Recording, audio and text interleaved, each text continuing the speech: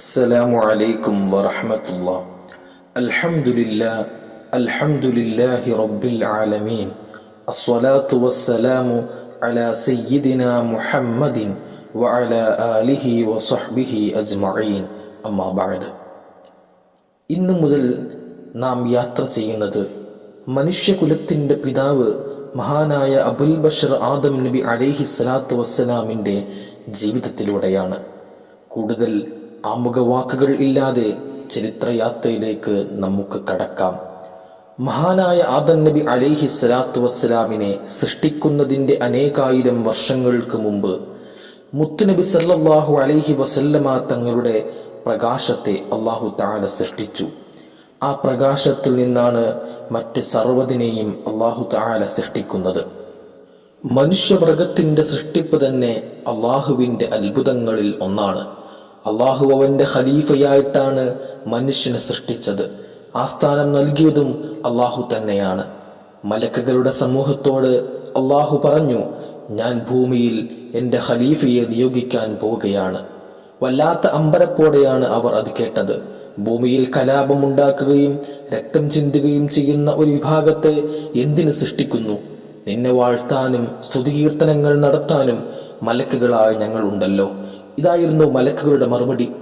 അല്ലാഹു തആല പറഞ്ഞു, നിങ്ങൾക്കറിയാത്തത് എനിക്കറിയാം. മനുഷ്യനെ സംബന്ധിച്ച് അള്ളാഹുവിന് മലക്കുകളെക്കാൾ കൂടുതൽ കൃത്യമായി അറിവുള്ളവനാണ്. അങ്ങനെ ആദം നബി അലൈഹി സ്വലാത്തു വസ്സലാമിനെ സൃഷ്ടിക്കാൻ പോവുകയാണ്. അതിന് മണ്ണ് വേണം. അല്ലാഹു തആല ജിബ്രീൽ അലൈഹി സ്വലാത്തു വസ്സലാമിനെ മണ്ണെടുക്കാൻ ഭൂമിയിലേക്ക് അയച്ചു. ഭൂമിയിലെത്തിയ ജിബ്രീലിനോട് ഭൂമി ചോദിച്ചു, അല്ല ജിബ്രീൽ അലൈഹി സ്വലാത്തു വസ്സലാം, അങ്ങ് എന്തിനാണ് വന്നത്? ജിബ്രീൽ അലൈഹി സ്വലാത്തു വസ്സലാം അള്ളാഹുവിൻ്റെ തീരുമാനത്തെ അറിയിച്ചു. ഖലീഫയെ സൃഷ്ടിക്കാൻ പോവുകയാണ്, അതിന് മണ്ണ് വേണം, മണ്ണെടുക്കാൻ വന്നതാണ്. ഭൂമി പറഞ്ഞു, അള്ളാഹുവിൻ്റെ പേരിൽ ഞാൻ നിന്നോട് പറയുന്നു, എന്നിൽ നിന്ന് മണ്ണെടുക്കരുത്, തിരിച്ചു പോകണം. ഭൂമി വിസമ്മതം അറിയിച്ചു. ജിബ്രീൽ അലൈഹി സ്വലാത്തു വസ്സലാം ഭൂമിയുടെ സങ്കടം അള്ളാഹുവിനെ അറിയിച്ചു.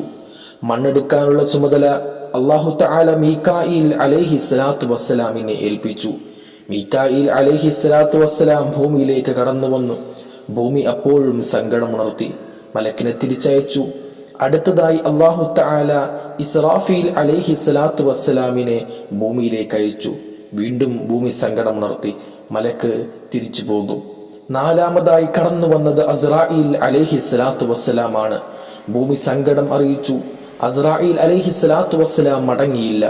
ഭൂമിയുടെ സമ്മതമില്ലാതെ മണ്ണെടുത്തു. ഭൂമി അള്ളാഹുവിനോട് ദുഃഖമറിയിച്ചു. ഭൂമിയെ സമാധാനിപ്പിച്ചുകൊണ്ട് അള്ളാഹു പറഞ്ഞു, നീ വിഷമിക്കേണ്ട, നിന്നിൽ നിന്നെടുത്ത മണ്ണ് നിന്നിലേക്ക് തന്നെ ഞാൻ മടക്കി നൽകുന്നതാണ്. ആ ചുമതലയും അസ്രാഈൽ അലൈഹി സ്വലാത്തു വസ്സലാമിന് തന്നെയായിരിക്കും.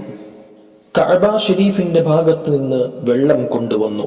മണ്ണും വെള്ളവും ചേർത്ത് കുഴച്ച് മനുഷ്യരൂപമുണ്ടാക്കി. ആദം നബി അലൈഹി സ്വലാത്തു വസ്സലാമിന്റെ രൂപം കണ്ട് മലക്കുകൾ അത്ഭുതപ്പെട്ടു. അവർ അള്ളാഹുവിനെ വാഴ്ത്തി. ഇബ്ലീസ് മലക്കുകളുടെ നേതാവായി വാഴുന്ന കാലമാണ്. മലക്കുകളെ പോലെയല്ല ഇബ്ലീസ് ചിന്തിച്ചത്. അള്ളാഹു എന്തിന് ഇതിനെ സൃഷ്ടിച്ചു? അസൂയ നിറഞ്ഞ നോട്ടമാണ് ഇബ്ലീസ് നോക്കിയത്. മനുഷ്യരൂപത്തിന്റെ ഉള്ളും പുറവും ഇബ്ലീസ് കൃത്യമായി പരിശോധിച്ചു. ഇബ്ലീസിന് മനസ്സിലായി അള്ളാഹു എന്തൊക്കെയോ രഹസ്യങ്ങൾ ഇതിൽ സംവിധാനിച്ചിട്ടുണ്ട് എന്ന്. ആദം നബി അലൈഹി സ്വലാത്തു വസ്സലാമിന്റെ മനുഷ്യരൂപം സൃഷ്ടിച്ചു കഴിഞ്ഞു. ഇനി അതിൽ റൂഹ് ഊതണം. പരിശുദ്ധമായൊരു ലോകത്ത് നിന്ന് റൂഹിനെ കൊണ്ടുവന്നു. അള്ളാഹുവിന്റെ കൽപ്പന പ്രകാരം റൂഹ് ശരീരത്തിലേക്ക് കയറി. റൂഹ് ശരീരത്തിലേക്ക് പ്രവേശിച്ച സമയം മഹാനായ ആദം നബി അലൈഹി സ്വലാത്തു വസ്സലാമിന് തുമ്മൽ വന്നു. തുമ്മിക്കഴിഞ്ഞപ്പോൾ അള്ളാഹുവിന്റെ കൽപ്പന പ്രകാരം ആദം നബി അൽഹംദുലില്ലാ എന്ന് പറഞ്ഞു. അതിന് മറുപടിയായി അള്ളാഹു തആലയുടെ ഭാഗത്തു നിന്ന് യർഹമുക്കല്ലാ എന്നും. ആദം നബി അലൈഹി സ്വലാത്തു വസ്സലാമിന്റെ സൃഷ്ടിപ്പ് പൂർത്തിയായി. അള്ളാഹു മലക്കുകളോട് ആദം നബിക്ക് സലാം പറയാൻ കൽപ്പിച്ചു. അവർ സലാം ചൊല്ലി. ആദം നബി അലൈഹി സ്വലാത്തു വസ്സലാം അവർക്ക് സലാം മടക്കുകയും ചെയ്തു. അടുത്തത് ആദം നബി അലൈഹി സ്വലാത്തു വസ്സലാമിന് വിജ്ഞാനം നൽകണം. ആദം നബി സംസാരം തുടങ്ങിയിട്ടില്ല. അതിന് ഭാഷ പഠിക്കണം. അതിന് ആദ്യം നാമങ്ങൾ പഠിക്കണം.